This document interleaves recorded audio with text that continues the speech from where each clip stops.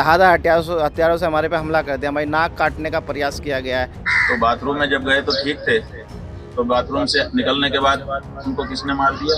ये हमारे पे घोषणा किया गया था कि 21 लाख रुपए मिलेंगे जो आशुतोष ब्रह्मचारी की नाक काट के लाएगा। केवल माहौल बनाने के लिए और सुरक्षा प्राप्त करने के लिए। वो चाहता है कि मैं मर जाऊं और वो एविडेंस जो पेन ड्राइव है वो मैं न्यायालय तक न जाने दे। रेलवे में तो यात्री सब सुरक्षित रहते हैं, उनकी सुरक्षा के लिए जीआरपी बनी हुई है। मेरा एविडेंस किसी भी तरह माननीय न्यायालय तक, उच्च न्यायालय तक पहुंचवा दे। स्वामी अभिमुक्तेश्वरानंद के खिलाफ एफआईआर दर्ज करने के लिए कोर्ट में अर्जी देने के लिए आशुतोष महाराज ब्रह्मचारी पर रविवार तड़के करीब 5 बजे रीवा एक्सप्रेस ट्रेन में जानलेवा हमला हुआ है। एसी कोच में प्रयागराज जा रहे आशुतोष महाराज ने कहा कि धारदार हथियार से किए गए इस हमले में वो गंभीर रूप से घायल हो गए। इस घटना के बाद आशुतोष ब्रह्मचारी ने स्वामी अभिमुक्तेश्वरानंद पर इस हमले का साजिश का आरोप लगाते हुए अपनी जान को खतरा बताया है। वहीं दूसरी ओर स्वामी अभिमुक्तेश्वरानंद सरस्वती ने इन आरोपों को खारिज करते हुए पूरे मामले की निष्पक्ष जांच की मांग की है। बता दें कि आशुतोष ब्रह्मचारी ने अपने ऊपर हुए हमले को साजिश बताते हुए शंकराचार्य स्वामी अभिमुक्तेश्वरानंद सरस्वती और उनके सहयोगियों पर संदेह जताया है। आशुतोष ब्रह्मचारी के आरोपों पर जवाब देते हुए स्वामी अभिमुक्तेश्वरानंद सरस्वती ने सवाल उठाते हुए कहा कि अगर वो ट्रेन के शौचालय तक जाते समय ठीक थे तो बाहर आते समय हमला होने की बात कह रहे हैं तो ये मामला संदिग्ध लगता है।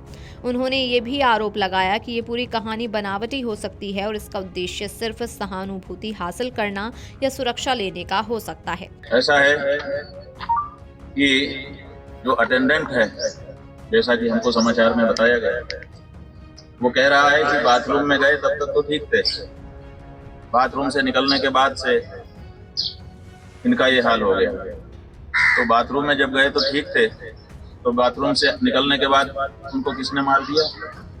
ये बनावट है, केवल माहौल बनाने के लिए और सुरक्षा प्राप्त करने के लिए, इससे ज्यादा कुछ दिखाई नहीं देता। और दूसरी बात ये कि अगर भारत सरकार की रेल सुरक्षित नहीं रह गई, कोई यात्री किराया दे करके, चाहे वो आशुतोष ही क्यों ना हो, अगर वो यात्रा कर रहे हैं, ट्रेन में कर रहे हैं, तो कहाँ है जीआरपी, कहाँ है रेलवे का प्रशासन? वैसे किसी यात्री के ऊपर हमला हो जाता है। ये तो सुरक्षित जगह मानी जाती हैं, उन जगहों पर भी अगर किसी के ऊपर सुरक्षा में बीच हो जाती है, हमला हो जाता है, मुश्किल हो जाता है वो व्यक्ति, तो ये तो हमको समझ में नहीं आता है। उसका जवाब रेलवे प्रशासन को देना चाहिए।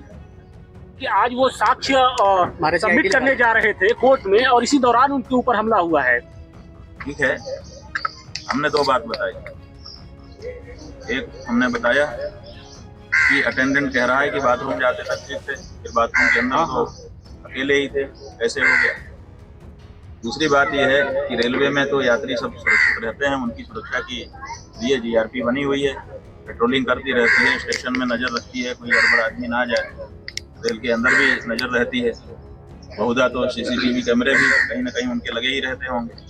तो अब तो ये रेलवे प्रशासन को जवाब देना है, इसमें हमसे प्रश्न पूछने की कोई बात नहीं। वहीं आशुतोष ब्रह्मचारी ने प्रयागराज जीआरपी को दी अपनी अर्जी में बताया कि शनिवार रात गाजियाबाद रेलवे स्टेशन से रीवा एक्सप्रेस में सवार होकर प्रयागराज जा रहे थे। रविवार सुबह करीब 5 बजे ट्रेन जब सिराथू रेलवे स्टेशन पर पहुंची तो एसी बोगी के कोच H1 में सवार आशुतोष ब्रह्मचारी पर कुछ अज्ञात हमलावरों ने धारदार हथियार से हमला कर दिया।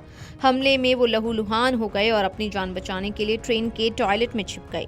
घटना के बाद घायल अवस्था में आशुतोष ब्रह्मचारी प्रयागराज पहुंचे। आशुतोष ब्रह्मचारी ने इस हमले को साजिश बताते हुए शंकराचार्य स्वामी अभिमुक्तेश्वरानंद सरस्वती और उनके सहयोगियों पर संदेह जताया। हम लोग साकुम्र पीठ से चले तो अपनी गाड़ियों से आए, तो क्योंकि टिकट हमारा गाजियाबाद से था और हम रीवा एक्सप्रेस में आए तो 5 बजे के लगभग सुबह धारदार हथियारों से हमारे पे हमला कर दिया, हमारी नाक काटने का प्रयास किया गया है और हमारे पर हमला किया गया है। ये पूरा मामला हुआ है। बाथरूम में बढ़ के हमने अपनी जान बचाई। ये अभिमुक्तेश्वरानंद के खिलाफ जो पॉक्सो के तहत छोटे छोटे बटुक का जो मुकदमा दर्ज कराया था, तो उसके तहत ही हमारे पे घोषणा किया गया था कि 21 लाख रुपए मिलेंगे जो आशुतोष ब्रह्मचारी की नाक काट के लाएगा, 100 भी सनातनी लाएगा। तो उसके तहत ही हमारे हत्या का प्रयास कराया गया है। हाँ, मैंने इलाहाबाद में एफआईआर दर्ज कराई है। किन लोगों के खिलाफ? अभी मुक्तेश्वरानंद, मुकुंदानंद, अरविंद और प्रकाश और दिनेश शर्मा। हम प्रयागराज आ रहे थे और गाजियाबाद से हम बैठे थे, यहाँ पैरवी करने के लिए आए थे हम लोग। माननीय न्यायालय में एविडेंस दाखिल करना था। हाँ, पूरा मुकदमा वापसी कराने का दबाव वो चाहता है कि मैं मर जाऊं और वो एविडेंस जो पेन ड्राइव है वो मैं न्यायालय तक ना जाने दे।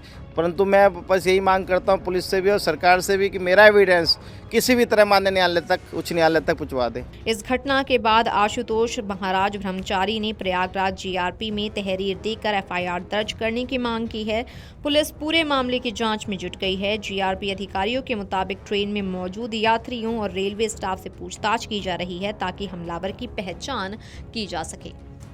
अगर आप ये वीडियो YouTube पर देख रहे हैं तो हमारे चैनल को सब्सक्राइब कर बेल आइकन दबाएं और Facebook पर देख रहे हैं तो हमारे पेज को लाइक करें।